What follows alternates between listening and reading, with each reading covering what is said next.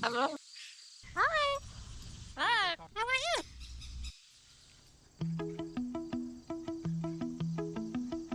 My name is Bernadette DeSalvo, and I'm the owner here at Sugarcreek Bird Farm. We're located in Bellbrook, Ohio. Our bird farm is a little bit different than your regular retail setting. We are a pet store, but we focus just on parrots. So we have a wide range of birds that we sell here, but we have all the supplies, cages, food items that you would need. And then if you don't own a bird and you just want to see cool birds, that's what we do as well. So we do a lot of education here. We have about 50 plus store residents that are here for people to come and interact with, actually physically one-on-one, and learn about them while they're here so they get a better appreciation for them. So the bird farm, the origins basically are because my parents got a cockatiel as a wedding present. That was 57 years ago now, and they've just always enjoyed having pets in general, but the birds really sparked interest for them. Started breeding birds throughout the 70s and 80s in our home, and then it got to be large enough that it was time to open a storefront. So they opened that up about the year that I was born, so I've always been around the birds and enjoyed them, and we've been in our larger facility here for about 25 years now.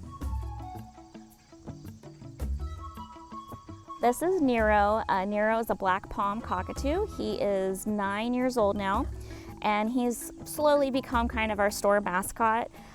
We've had him since he was 11 months old from his breeder, and he's a very rare and unusual bird. And so a lot of people come just to see him. He is on our storefront sign in the parking lot, so everybody knows him. He's my personal bird and one of my absolute favorites here. Prior to him, Mandy, our Moluccan cockatoo, who is standing behind us. She lives right by the front counter, and she's kind of our store greeter. She also throws her toys from her cage to get people's attention, to bribe them to come in and play with her. Cockatoos, if you'll notice, will have a theme of doing that to get all the attention they can. And then probably the other bird that most people know about is Sadie, our hyacinth macaw. Sadie is also a very rare species that you don't see really any of in the area as pets, and so it's something that people would come here to get interaction with. She's also probably one of the nicest birds that we have here, so when people come in and want to hold a bird, they kind of have a panic moment when I go and get the biggest parrot in the world and bring to them, but it's the safest bird I feel like to hand them, and it's a super cool experience to be able to have that type of bird on you. Hi, I'm being a stinker. We still stick with what we originally kind of planned and wanted, which was basically to provide good pet quality birds that are healthy and hand raised. So while that is our biggest focus here, we do a lot more now with educational purposes. We really enjoy educating owners before they buy a bird and making sure that it's the right choice for them and a good long-term choice, but also just the average person that has never had interaction with a bird coming in to have a positive interaction. It's really important to me for people to see birds in a good light, because having exotics around are important to me, not only for our livelihood, but in general because they are disappearing from the wild. So doing our best to keep aviculture alive. Something that's a little bit different is that we do offer a lot of educational classes. So to me, that's one of the most important services that we can provide, and giving people kind of access to other people in the bird community. So we do offer services such as grooming and boarding.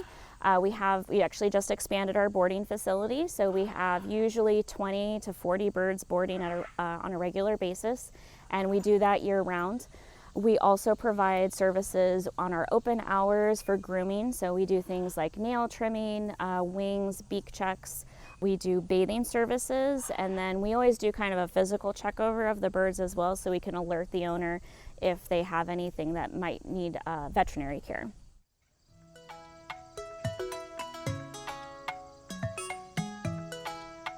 So we have a couple new birds. So this one here, this is Max. He's a military macaw, and he's a male. He is about 25 years old. And then this little pest up here is Cherie. Cherie is a female slender-billed cockatoo. That's why her beak is so long. That's normal for her. It needs a little bit of a trim, but she is 13 years old, and she's one of our show-off cockatoos. We have several of those. So every bird that we have here at the store is a non-native species to Ohio and the United States. Everything that we see here is also captive bred, meaning that we probably bred them ourselves or came from other people around in the area. It is illegal to import anything from other countries since 1992. So any of the wild caught birds that we might have had have pretty much aged out. So everything that you're seeing has been bred for a pet. We have a really wide range of species, but all of these are very different from what you're typically going to see in like a regular pet store. And they come from various countries, from Australia all the way to South America. And it's just really neat to see such a wide range of birds in one spot. Most of our birds are very comfortable to sit on a hand because they've been tamed for that. The two that I have here are getting a little anxious, so they're excitable and wanting to go get around. Usually when they get more anxious, they do clamp down a little bit tighter on their grip, but they always have typically nicely rounded nails for being held by lots of people. You can see they still have a nice curve to them, but that's how they grip onto perches or hands, whatever they're doing, so they don't fall down. On weight-wise, though, this is a macaw, and most macaws are going to be your heaviest bodied birds, weighing in between 1,000 and 1,600 grams, and so really that's only 2 to 3 pounds. But after you hold it for a little while, it does start to get a little heavy. Usually I just switch hands. You want to come over here? He's like, no, I want to hold this hand, just to give myself a break. But yeah, it's not leaving any puncture marks or anything on me.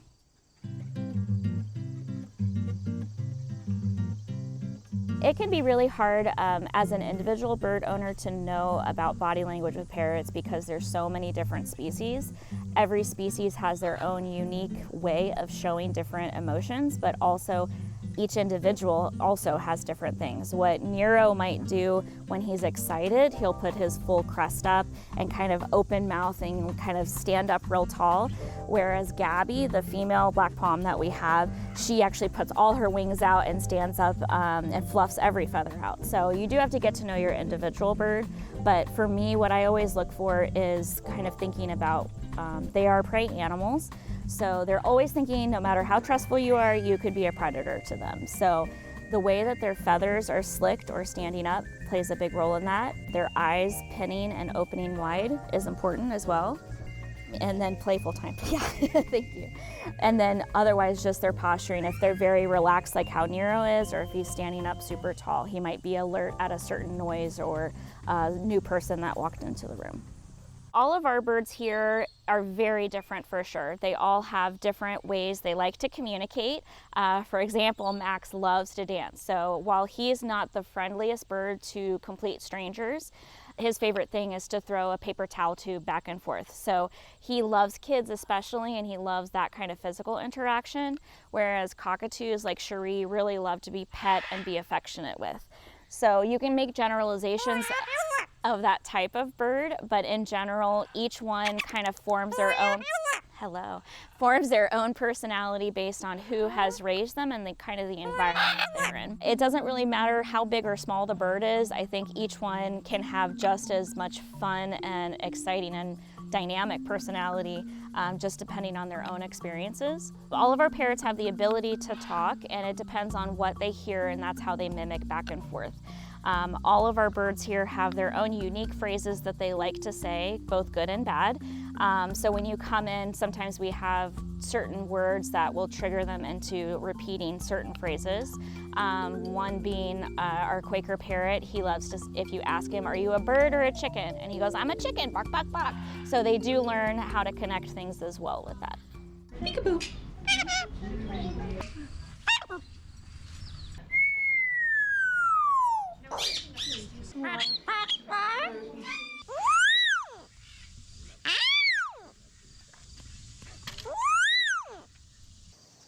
Hello.